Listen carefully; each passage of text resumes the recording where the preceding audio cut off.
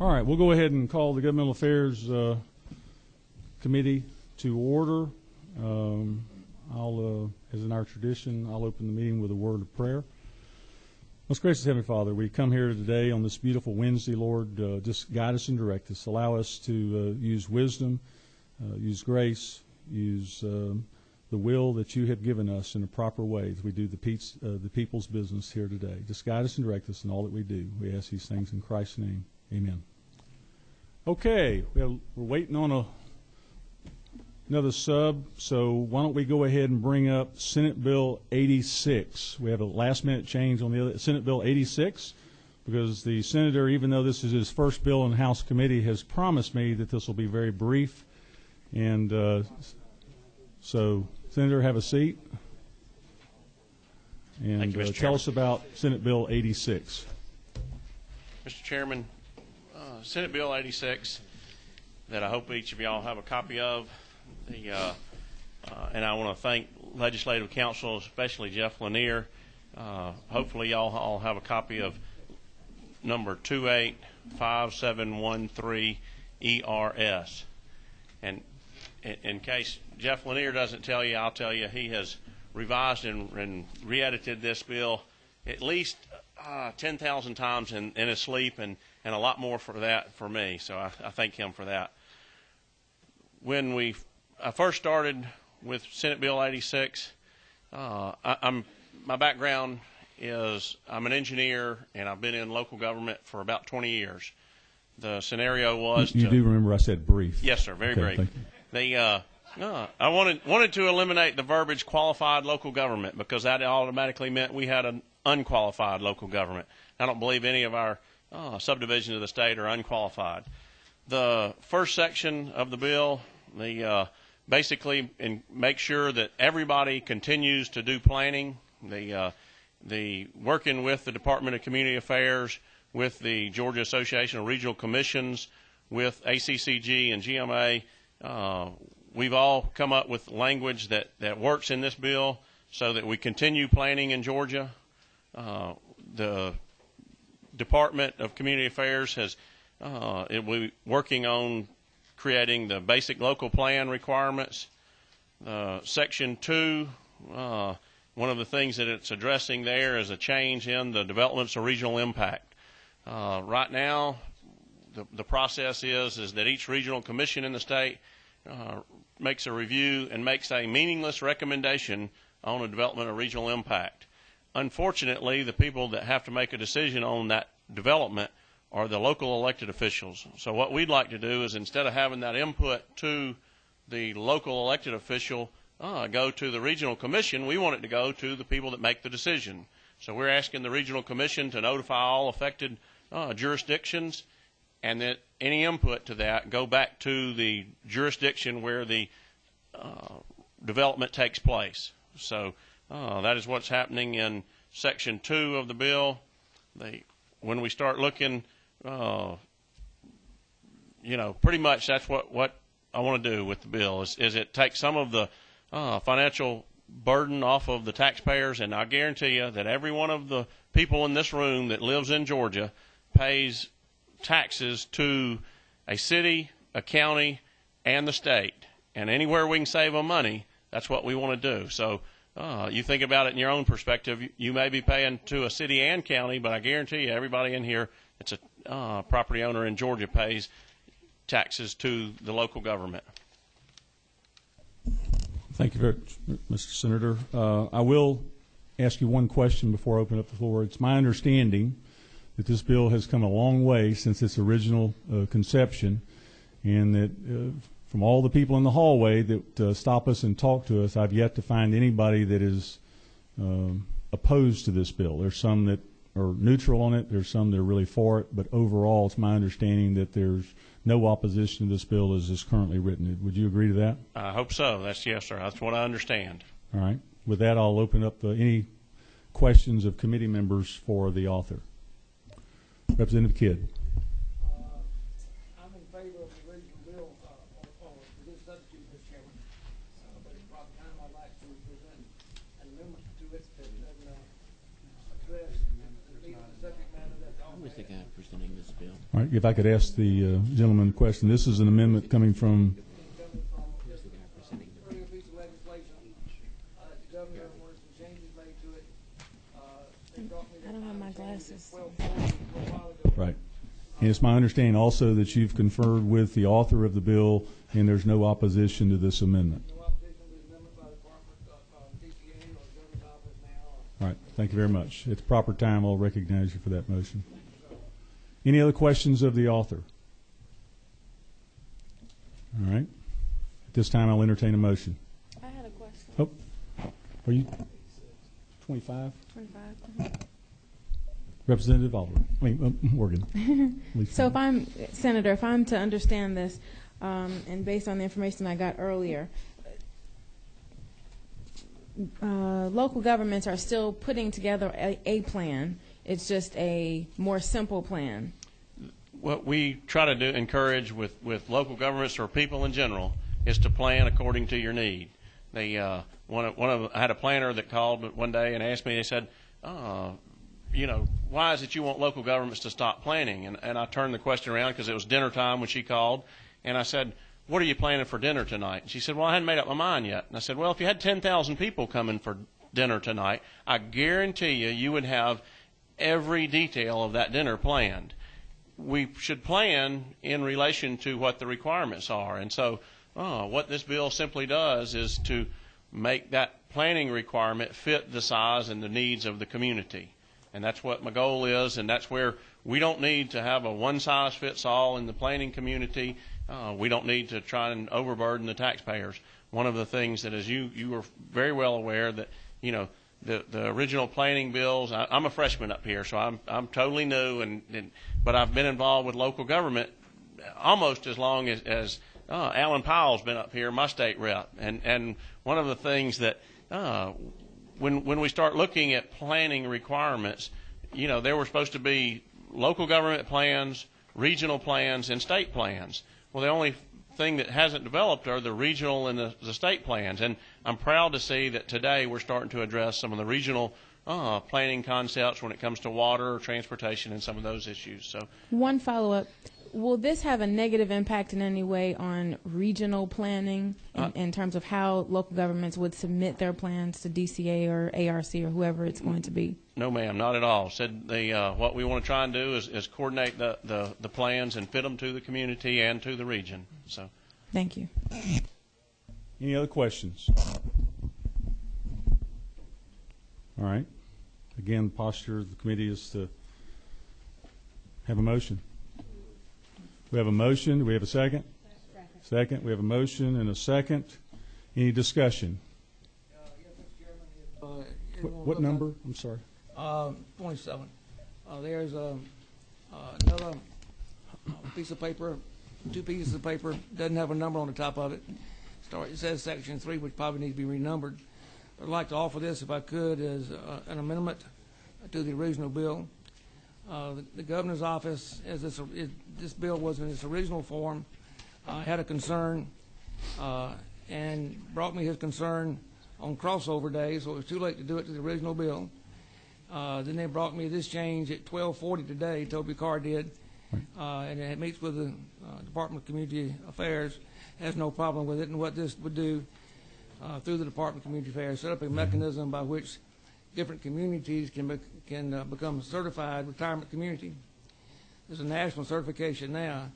This would be local Georgia certified retirement community in hopes to lure retirees to stay in Georgia. For every 2 retirees that move into Georgia, that equals 3 new jobs of some sort. And I'll answer any questions about it if you like. But here again, it has the support of the governor's office, has the support of the DCA, has the support of the author. All right. We have a motion, the offer of amendment. Do we have a second? Second. There's a second. Any discussion? Chairman Bearden. Rusty, on line 75, 76, sorry, Representative Kidd, sorry about that.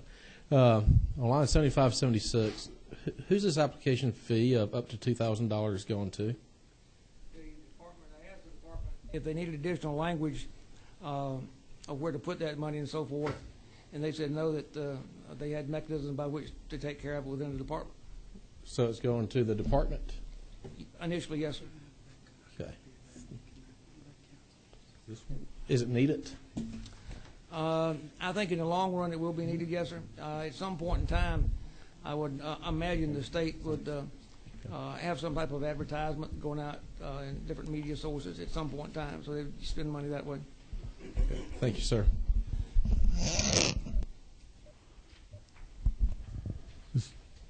Majority Leader. Oh. Hold on just a second. Legislative Counsel, do you have a comment?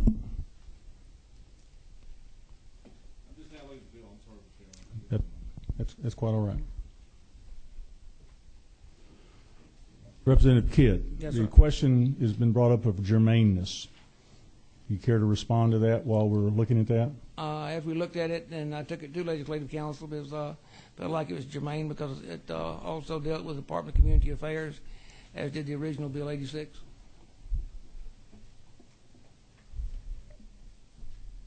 Mr. Chairman, germaneness is always a guide as the holder of the committee, chairman of the committee and the committee.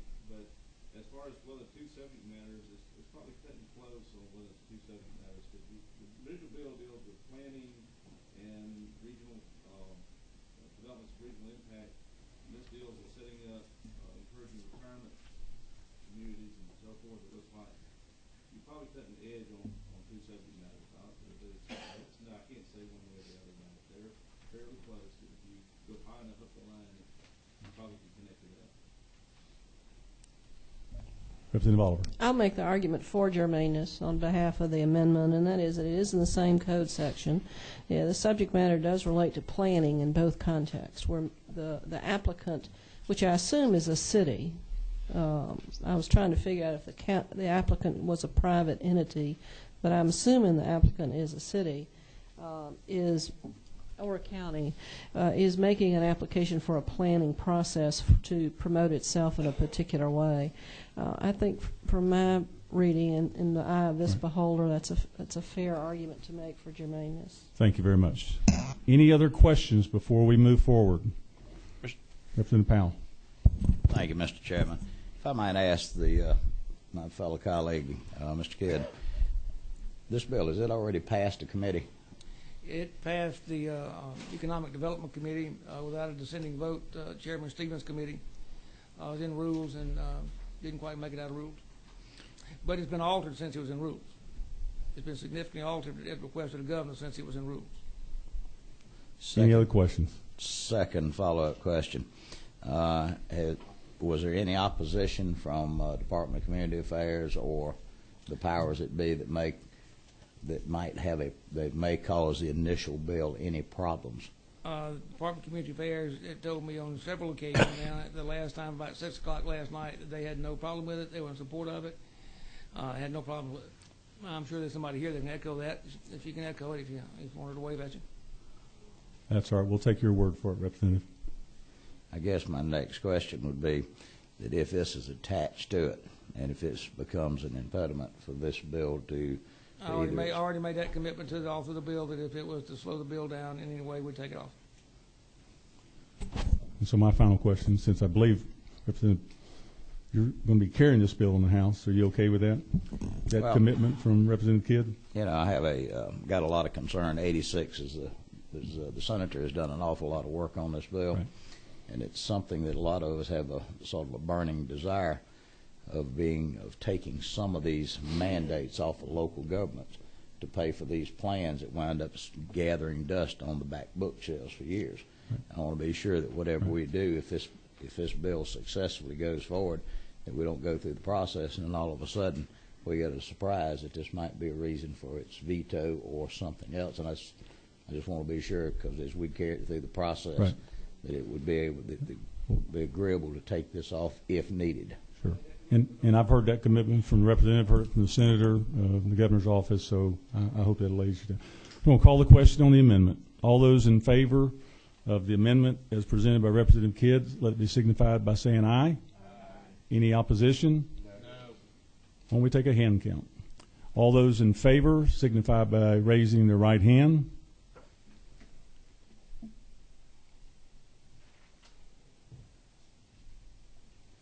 All those opposed, same sign.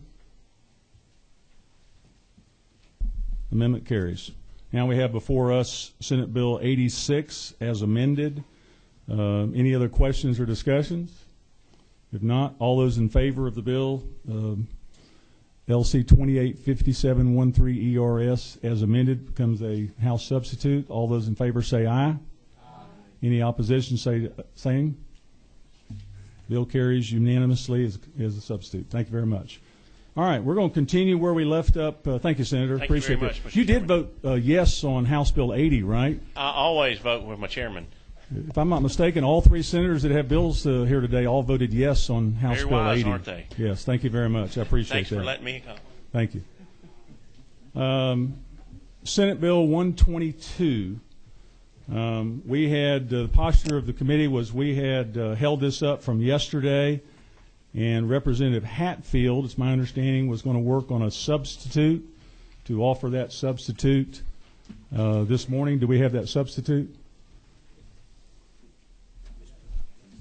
Mr. Chairman, with the permission of the chair, I'd just like to offer some individual amendments. No, I'd prefer not to do that because of the timing. I would prefer that you. I was under the impression, seriously, that you were going to Led's Council yesterday to come up with a committee substitute that outlined the 6 or 8 provisions that you discussed yesterday. Well, I did, but in light of some recent events, I think it'd be best to offer my amendments individually. Well, I'm not going to recognize you for that motion at this time. You're not going to recognize me to offer amendments? That's correct. I gave you notice to bring a committee sub. That was the agreement that we had at the conclusion of the meeting yesterday. I was confirmed with my office that was what was going to happen, and the other members of the committee were under the impression that you were going to take that. That was the whole reason we didn't do it at the conclusion of yesterday's meeting. Well, Mr. Chairman, if I may, I brought a sub yesterday which you would not allow to be considered, and then, you know, that was the posture yesterday when we left. However, the chair allowed other members to offer amendments yesterday, and I'm not sure why would I be restricted from offering amendments? Because we debated the bill fully yesterday. We spent a full hour on this bill. We've discussed it. We spent countless hours with various attorneys across the House looking at this bill, and the reality is I thought that you were bringing a sub today based on that. And the posture of the committee was to accept that sub, or to bring that sub before the committee. The information that was contained in the sub that I had prepared has changed since then, and that is why I'm not coming forward with the sub. But I do not understand what would be the basis for the chair to deny me the opportunity to offer an amendment. For what reason? The point was the sub that you had yesterday contained several different changes. We've spent time in the last 24 hours since you offered that looking at those various components of the subs that you were going to do, and quite honestly, that's just the position of the committee. We were prepared to hear that today. Oh, that's not the position of the committee. That's your position. But if you're going to tell me that you're not going to allow me to offer an amendment when other members are allowed to offer an amendment? I'm saying that you had every opportunity to bring the sub forth that you discussed yesterday and said that you were going to do. It was my understanding from Legislative Council that you were going to do that. We postponed this yesterday so that you could do that hearing with those respective We postponed it yesterday because you said there was an insurance committee meeting that was starting and that you had to get out of here. Representative, I'm not going to have this discussion over this. If you don't have a committee sub, then I'm not going to recognize you for amendment of the amendment. I mean, recognize the motion of the amendment. I want to move my amendments. Well, you will have every opportunity at some other time, but we're not going to hear those amendments today. All right. Come before the committee. What we've done is we took the committee sub that we had yesterday, we added the 2 amendments, which changed them from the time period from 1 year to 3 years. We made those changes, and then I'm bringing forth a committee sub that has those respective changes. Those amendments have maintained in that respective bill, and in the discussions, we determined that the issue of arbitration was a consideration that we needed to address, and so I'm going to refer you to that particular sub. And let me just make sure 5720S. The arbitration language was substituted at 158. Yes. Right. And so what we've done is we've added, starting on line 158, we've changed the arbitration process in there that allows for a special master to be appointed by the judge of the Superior Court of the county in which the lead local authority is located. The decision of special master with regard to such dispute will be appealable for a de novo review to the Superior Court of the county in which the lead local authority is located. Neither the special master nor the Superior Court shall be authorized to enjoin or otherwise delay or suspend the execution of the contract in any work to be performed under such contract. Now, I'm not an attorney, but it's my understanding what that does is it allows the Superior Court judge, if there's a question on the award process, that they can question that. It goes to a special master, but in no way can they enjoin or slow the project down. The project continues. And that's the only change in this particular sub. And at this point, I'll recognize the majority leader. Mr. Chairman, you are the author of that change. Submit a question. I will do the best I can. I'm a little bit familiar with the special master process. We see it in condemnation actions all the time. My concern with the language is that there is no defined period to make the appeal. And we're talking about the world of contracts here, and we're looking for definiteness in business transactions. It would seem that there should be a reasonable statute of limitations on bringing the appeal. Otherwise, it could affect contracting in a very negative way. I would suggest that there would be, in a typical condemnation action, the appeal has to be brought within so many days after the decision's made so that commerce can continue. That's a concern, and I'd be glad to be told I'm wrong about that concern if anybody. All right. Well, let Representative Oliver respond to that, and then we'll talk to Legislative Council. I think it's a legitimate concern. I don't know if the condemnation statute says upon appointment of special master and issuance of an order that there's a specific time. Does it say a specific time in the condemnation statute?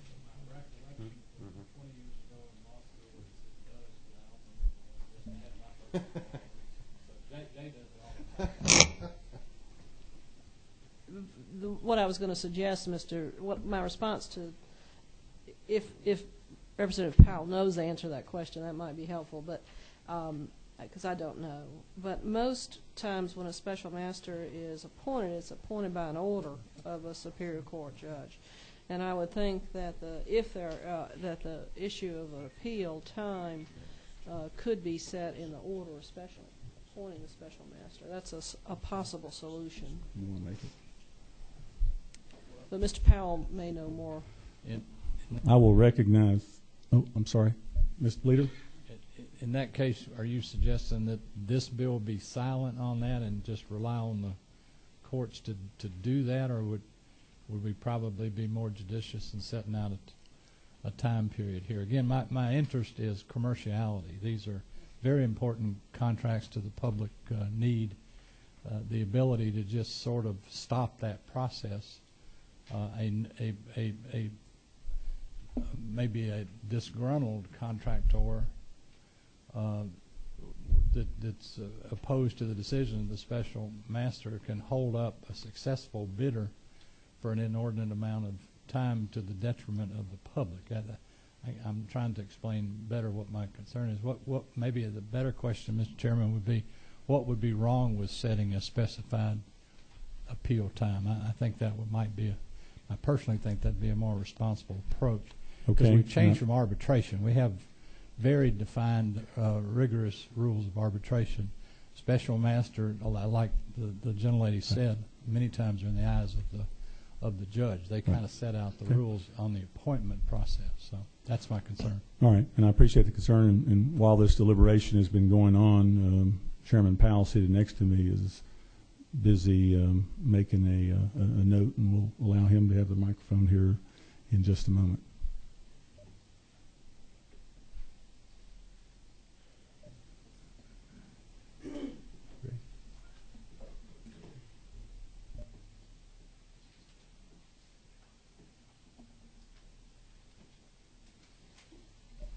Would legislative council like to get involved in this while we're writing? I certainly see nothing wrong with putting a timeline in and my approve legislation. The suggestion is you want to go at the end of that sentence on 162 where it says the county in which the lead local authority is located, and add the word within 30 days following the decision of the special master. I don't know if that meets what Representative O'Neill was looking for or not, but I might do it. I think there are two parts to it. The suggestion by the Legislative Council is appropriate, but also in line 158, between shall be and determined, I would suggest shall be resolved by the filing of a petition in Superior Court within 30 days of the awarding of the contract and determined through the use of a special master, because otherwise, if you don't have a deadline by which they have to object to the awarding of the contract, the appeal could be 20 years from now because there's no timeline. So anyway, I would suggest that language in addition to that suggested by Legislative Council. Would you like to do that in the form of a motion? Do we have a due pass yet? Not yet. Okay. Yes. At the appropriate time. All right. What's the will of the committee? We have a motion to do pass this sub. In a second. Second. Any discussion on that? Representative Powell. Mr. Chairman, I would like to propose an amendment in line 158 between the words shall be and determined, and insert so that it reads shall be resolved by the filing of a petition in Superior Court within 30 days of the awarding of the contract, and then the remainder would stay the same, determined through the use of a special master. And I'll give this to Legislative Council. And then the other was the other right part of that. It's all same amendment. Yeah, the suggestion by the right by the Legislative Council. Okay. Representative Hatfield. Or Hatfield. I have a matter to take up after he concludes. Thank you. Right. We have a motion. Do we have a second? We have a second. Any other discussion? Having no discussion, we're going to vote on the amendment. All those in favor say aye. Aye. All those opposed, same sign. Motion carries. Now we have before us LC 285720S as amended, and it's been moved on and seconded. Any discussion? Representative Hatfield. Mr. Chairman, I have some amendments that I would like to offer, and particularly in light of the fact that the chair just allowed another amendment, I don't understand if there would be any basis for me not to be allowed to offer amendments at this time. Well, the basis is the fact that, again, to repeat myself, you indicated that you had a committee sub. We went through all the details of it yesterday. We all came here expecting today you to provide that committee sub. And the fact is we're not going to take the time to go through 6 or 8 different amendments that, quite honestly, I don't think do anything to perfect this bill. And so I'm not going to recognize you for a motion for that amendment. All right. Yes, Representative. Mr. Chairman, you don't know what my amendments are, so I'm not exactly sure how you can say that you don't know that they'll do anything to perfect this bill. Well, and I would ask the chair to reconsider that in light of the fact that, you know, as a member, I have a right to offer an amendment just like anyone else. And what you're telling me is I am not allowed to offer an amendment, that anyone else can offer an amendment, but I am not allowed to offer an amendment. That's what you're saying in your ruling. I'm saying that you were given every opportunity to amend this bill with the committee sub that you were bringing forward, and you chose not to do that. And so I choose, as chairman of this committee, to not recognize you for a motion to amend it. All right. We'll take this up at a later time. All right. All those in favor of the LC 285720S as amended, let it be known by saying aye. Any opposition, same sign. It passes overwhelmingly. Thank you. Move on to rules. Now, we had one other bill on the agenda, but I think there's some question as to whether they also didn't have their committee sub read. Is that correct? Is it? So we're not going to hear your bill today? I'd like to hear that bill. We entertained an amendment to go with it, but we're unable to provide the committee sub for today. Y'all had word of it yesterday afternoon late. Right. And so it's my understanding, though, that you were still going to try to get copies, and you don't have copies of the amendment or anything at this particular time. Is that correct? I'm hoping that we have those. Okay.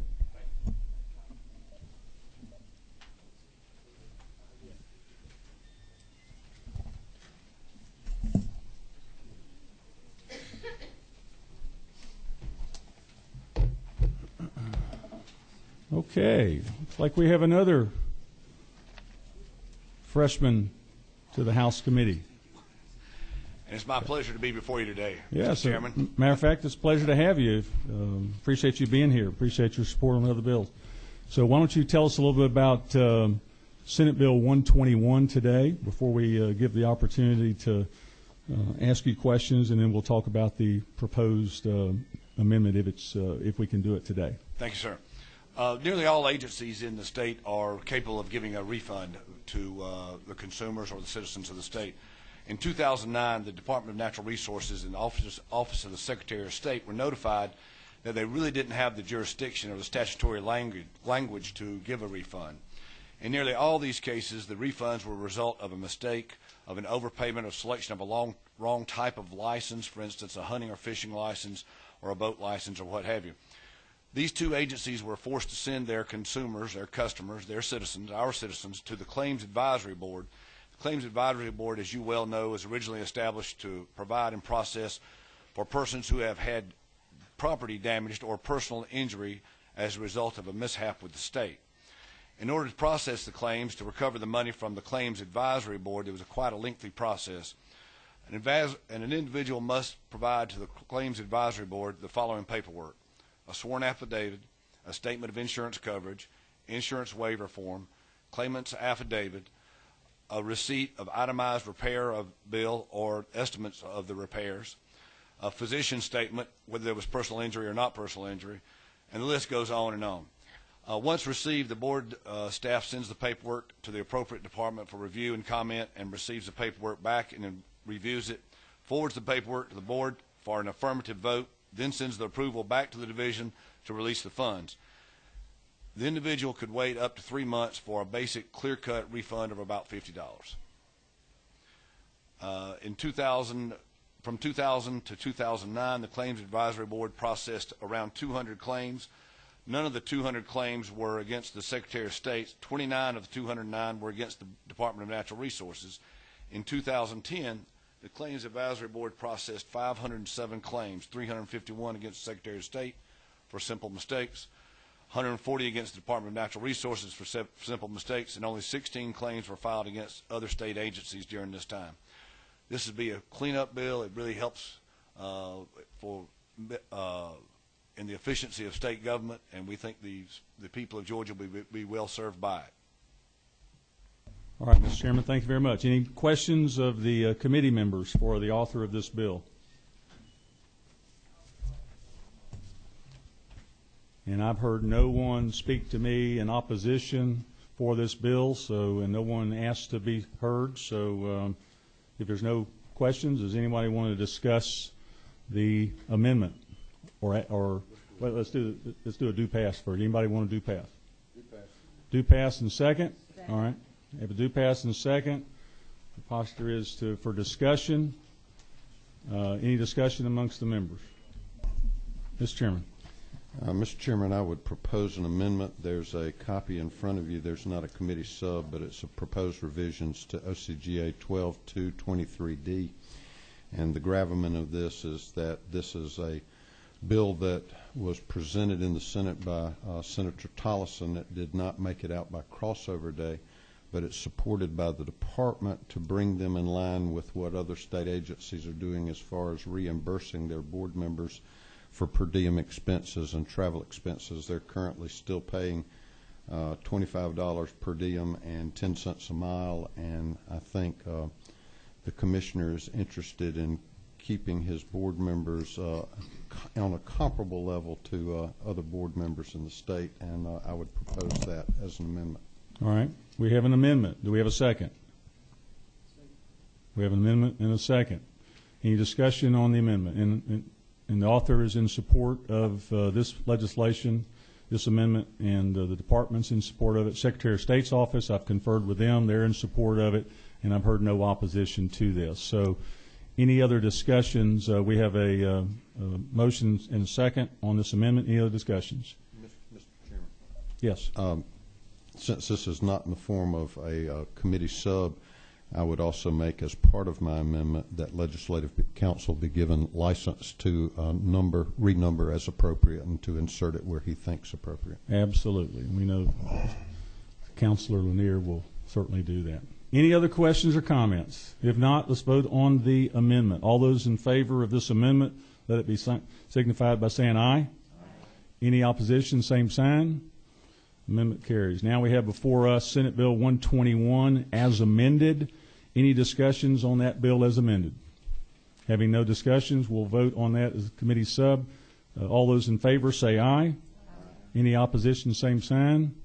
Passes as amended, committee sub. Thank you very much. Congratulations. And if you would let Craig know who's going to carry this bill. If you don't, Thank you very much. Thank you very much. We appreciate it. Just one final note. The meeting that we had called for tomorrow has since been canceled. We originally looked at that date, and I think everybody's trying to get out of town, so there's nothing scheduled for tomorrow. Y'all have a great weekend. God bless you. Meeting adjourned.